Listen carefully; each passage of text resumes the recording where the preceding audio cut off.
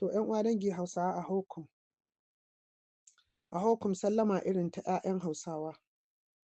Na fito ne zan mana jan hankali akan illar auren matan Fulani. Akan me? Akan illar auren matan Fulani. Yau muna 30 daidai ga watan 5 shekara ta 2025 sunana Kaltum Alimbaji Tami. ‘Yan uwa dangi Hausawa ku san illa ta auren mace baka santa ba, baka san asalinta ba, baka san tsatsonta ba. ‘Yan uwana Hausawa ana yaudarar ku da zancen cewar musulmi ɗan uwan musulmi ne. Gaskiya musulmin da zai ƙona ka da ranka, ya ɗauki uwarka ya kai ta masallaci i mata fyaɗe, ya ɗauki ɗanka i dafa i ce ka ci, ya ɗauki ‘ya'yanka i zuba wa karnukan Fulani. Anya wannan ɗan uwanka ne Bahaushe? Don haka Fulani ba ‘yan uwanmu ba ne, Fulani maƙiyanmu ne. Duk wata ƙiyayya da Bafulatani zai nuna wa Bahaushe ya nuna masa. Duk wata ƙiyayya da kuka sani a duniya, Bafulatani ya nuna wa Bahaushe, Bafulatani ya nuna wa Bahaushe. Babu yanda za ku yi ku auren matan maƙiyanku. Shi irin wannan aure, ana yin wannan aure ne akwai abebaye da ike faruwa a gaba. Akwai dauloli na musulunci sun ruguje saboda aure. Akwai dauloli sun yi ƙarfi saboda aure. Akwai wani plan da waɗanda suke amfani da addini kamar irin Fulani, Ƙaramuta da kuma mutanen da ake kiransu Khawarij. Duka wanda ya karanci addini ya san wannan maganar da nake. Ƙaramuta dai su ne wanda addininsu za ka je gurin matar wancan ka yi zina da ita, wancan ma zai zo gurin matarka ya yi zina. Ƙaramuta su ne wanda za su iya yin luwat da yaro ƙarami ɗan shekara 4, shekara 2, in ya shekara 12 ma ya girma a gun sai a ɗauko wasu ƙananun yara. Wannan shimfiɗa nake don ku san illar abin da kuke cutar kanku. Shi aure abu ne wanda yake muƙaddas. Zurriya da za ka haifa za ka mutu ka bar ta. Yawancinmu mu musulmi, muna musulunci amma muna bin abin da manzo ya ce mana mu yi. Manzo sallallahu alaihi wasallama ya faɗa mana ƙaƙa za mu yi rayuwarmu. Manzo sallallahu alaihi wasallama ya ce in za ka yi aure, kafin kai tunanin matar da kake sha'awa, ka yi tunanin matar uwar ‘ya'yanka, uwa ta ‘ya'yanka. Kai dai Bahaushe ka san Bafulatana ba uwar ‘ya'yanka ba ce. Kafin zuwan addinin Musulunci a Makka, idan namiji ya saki mace a yau, gobe za ta yi aure, kafin zuwan Musulunci. To, sai aka samu Khalt al-Ansab. Lakin da addinin Musulunci ya zo, sai ya haramta mace in an sake ta yau gobe ta yi aure. Me yasa? In ta ɗauro a mahaifarta akwai jani, ita kanta ba ta sani ba. Da kun ga a da, sai dai in wata ya yi mace ta ga jinin al'adarta bai zo ba ta san tana da ciki. To, za ta iya ta ɗauki ciki yau gobe an sake ta tafi wani gidan ta yi aure. Kun ga wannan ɗan zai girma a gidan uba ba ubansa ba. Wannan shine Khalt al-Ansab. Shine manzo ya hana mu na addinance. To shi yasa idan mace aka sake ta, sai ta yi wata 3 sannan sai ta yi aure, domin an tabbatar a mahaifarta babu wani abu. Kuma a ƙa'idar addinin Musulunci idan mace tana da tsohon ciki, mijinta ya sake ta, kamar ya sake ta da safe, da yamma sai ta haihu, to za ta iya aure. Yaranmu dole ne sai mun koyi ilimi na addini don mu tsarkake zuri'armu da ‘ya'ya waɗanda ba ‘ya'yanmu ba, mu riƙe su a gidajenmu. haram ne. Akwai ɗan wani abu zan ɗora muku da Larabci, zan muku fassara da Hausa. Da Allah ina so duk wanda nayi magana da Larabci, duk wanda aka yi magana da Larabci ne fassara, ka je ka nemi wanda ya iya Larabci. In ka ji na yi kuskure a fassara ta, ka zo ka yanko gurin ka ce nan ga inda kika yi kuskure, shi ko Balaraben i gyara min kuskuren ka kawo mini. Amma ba kar ka min ni da kai, ka yaɗa a social media. In kuma ka rufa min asiri, kar Allah ya rufa maka asiri. Na san Fulani abin da zan faɗa ba zai muku daɗi ba. Bafulatana, kai Bahaushe in ka aure ta, ka ruguza gidanka, ka rusa gidanka, ka lalata gidanka. Domin Fulani ba su da asali, ba su da tushe. Fulani al'adarsu ba sa aure. Fulani al'adarsu ɓarayi ne. Fulani al'adarsu fasikai ne. Fulani al'adarsu mugaye ne. Fulani al'adarsu mutane ne wanda suke da ƙiyayya akan kowace ƙabila in ba ƙabilarsu ba. Fulani hatta a junansu ba sa ƙaunar juna. Fulani idan ɗa, kun gane ko? Idan ɗa ya girma, ubansa ya zama tsoho, wannan ɗan za a je a yi rami mai zurfi, a ɗauki tsohon nan a sa shi a cikin wannan rami, a ba shi ruwa, a ba shi nono. Idan wannan ruwan da nono ya ƙare, to shi kenan ya mutu. Ku kula, illa ta aure. To ba zan yi ƙasa a gwiwa ba, zan ɗora muku wani shehin malami, zai faɗa mana menene illar ka auri mace ba ka san kowace iri ba ce. ورقد فيه على الجامع الولد سخن واحد مرة اجا ولد حمله ورقد فيه على الجامع الولد سخن لساعته جاي من بطن امه تازه قال له للشيخ قال له سيدي هلا ولدت عيالي حممته بسرعه وجايب لك اياه مشان تدلني وتقول لي شلون بدي ربيه قال له تاخرت قال له يا سيدي هلا ولد قال له تاخرت كان لازم. Da kyau. Akwai wani da matarsa ta haihu, aka yi wa ɗan wanka, aka lulluɓe shi ya tafi a guje gurin malami, wurin shehin malami. Sai ya ce maka, yanzun nan matata ta haihu, yasa na kawo maka shi. Ka nuna min hanya ko kuma ka koya min hanya ko kuma ka faɗa min hanyar da zan mata tarbiyya. Sai ya ce ai ka makara. واحد مرة اجا ولد حمله ورقد فيه على الجامع الولد سخن لساعته جاي من بطن امه تازه قال له للشيخ قال له سيدي هلا ولدت عيالي حممته بسرعه وجايب لك اياه مشان تدلني وتقول لي شلون بدي ربيه قال له تاخرت قال له يا سيدي هلا ولد قال له تاخرت كان لازم تسالني عن امه اول.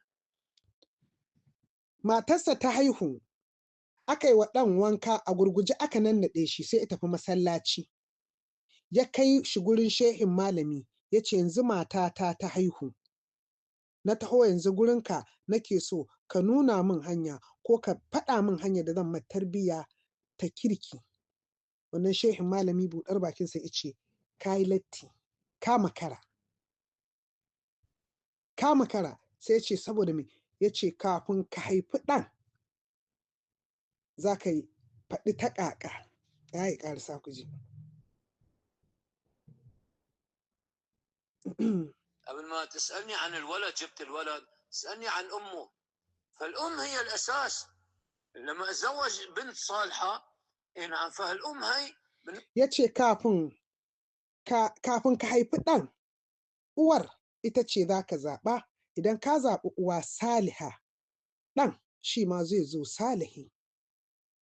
To wannan shi ne abin da nake jan hankalin matasa.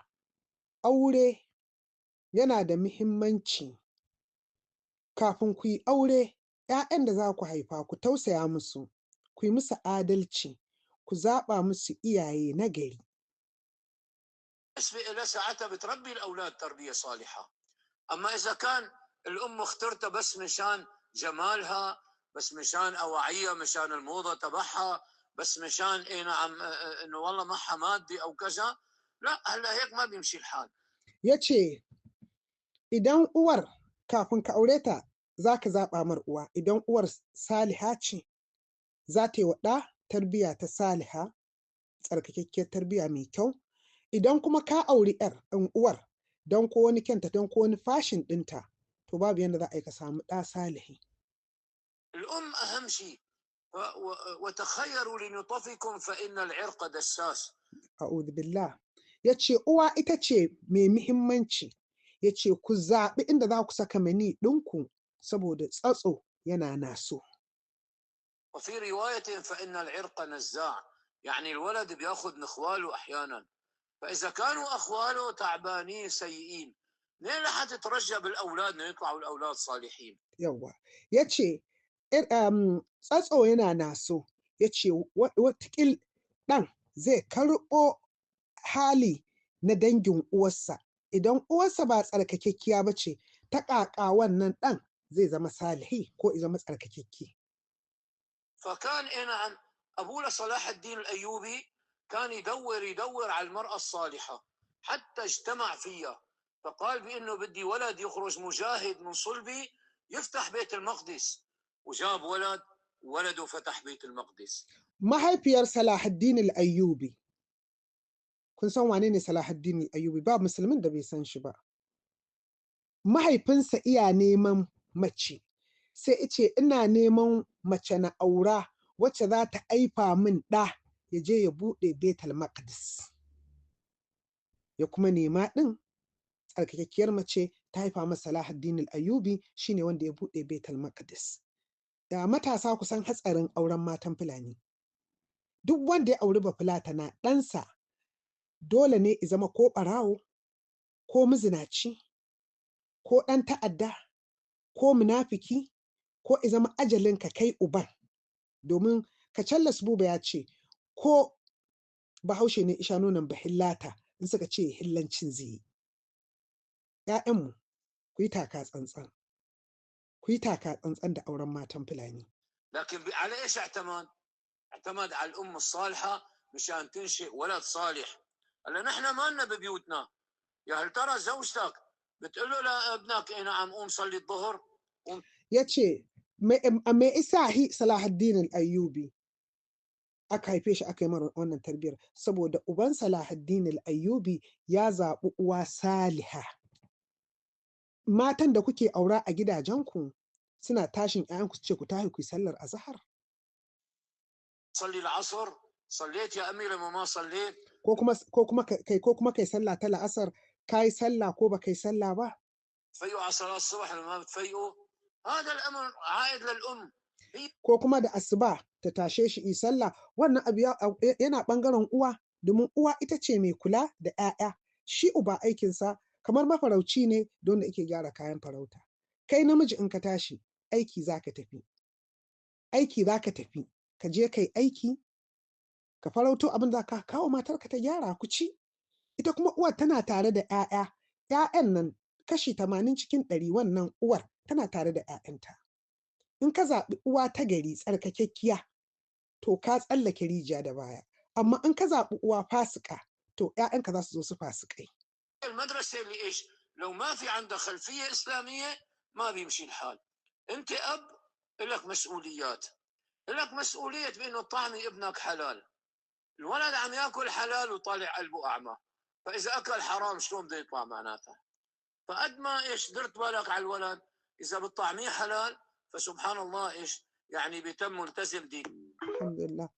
Ya ce, shi uba zuwa zai nemo, kai ita kuma uwa ita ce mai kula. Kai a uba a matsayinka ka ciyar da ‘ya'yanka halal. In ka ciyar da ‘ya'yanka halal, to babu yanda za a yi wannan ‘ya'yan su zamanto marasa albarka. Akwai kuma abin da nake so in ɗora muku kusan illar auren matan Fulanin. In kun aura meye zai same ku? Hatsari ku auri mace wacce ba ‘yar uwarku ba, to hatsarin yana da yawa.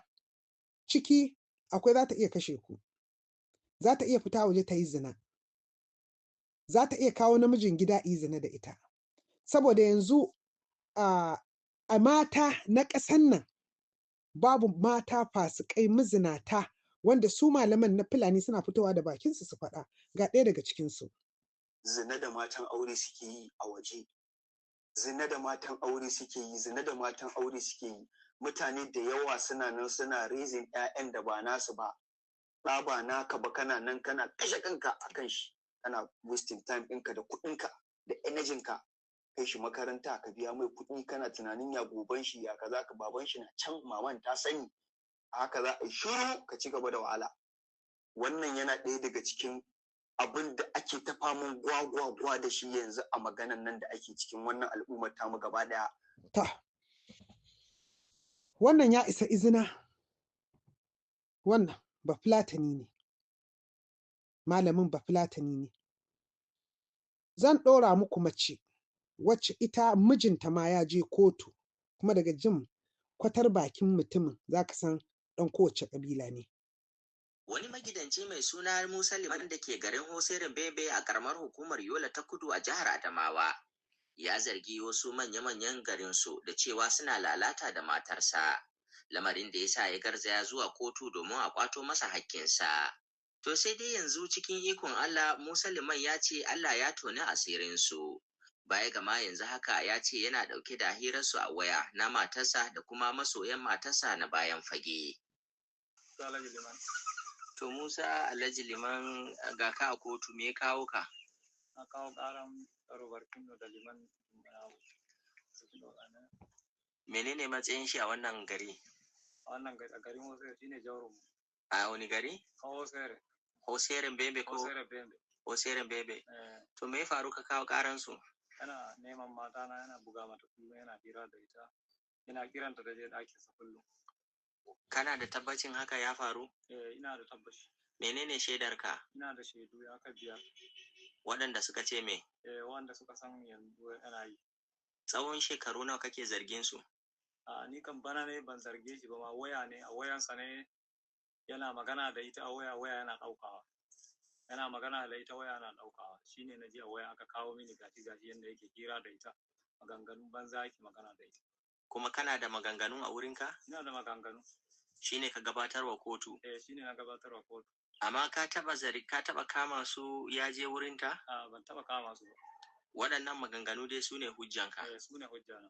Baka tunanin watakila za a iya shirya wani maganganu a canja murya da zai iya zamantowa na matanka da ko kuma na Jauro? Wannan babu shakka, shine ba wani shakka ba, duk wanda ya ji ya ce shine. Yanzu gashi ka zo kotu. Kuma ya yarda akan shine. Ko shi din ya yarda? Ya yarda, mun gabatar da shi a gaban jimilla, yace shine ya yarda.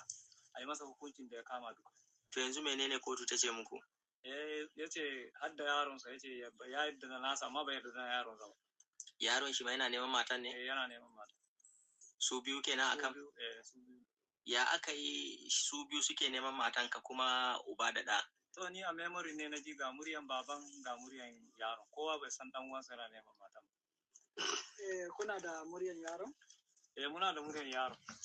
A wayan a wannan memory din ba. Maganganun ka kawo batun Liman. Me mahallin Liman kuma wannan shari'a? To shi Liman ma yana buga mata waya, yana neman ta, yana cewa ta zo zauren sa su. Tana faɗa ita tunda ta fara saduwa da shi bata sadu da ni ba. Tana faɗa masa a waya. Na ji a kunne na, kuma ba ɗaya ba ba biyu ba, ya buga mata yace ta zo ta karbi kuɗi, yana na a zauren. Amma ya alakar ka take da matar ka kai? Ni kan mata na ne. Kuna kyakkyawan alaka da ita, ba matsala? Ba matsala, ban san komai abin da ta za ta tafi yawo ban sani ba, sai su suka sata gaba. Amma bata taba nuna maka kan cewa ka gaza wajen kwantar mata da hankali ko wani abu? Bata taba nuna ba. Kuma kana kokarin ka iya gurgudo? Sosai. To me kake tunani ya jawo take fita take bin mazaje a waje kamar yadda kake zargi? To son kuɗi ne mana, kuɗi take so wurin su, kuɗi suke ba ta. Amma ita ta tabbatar maka kan cewa hakan ya faru?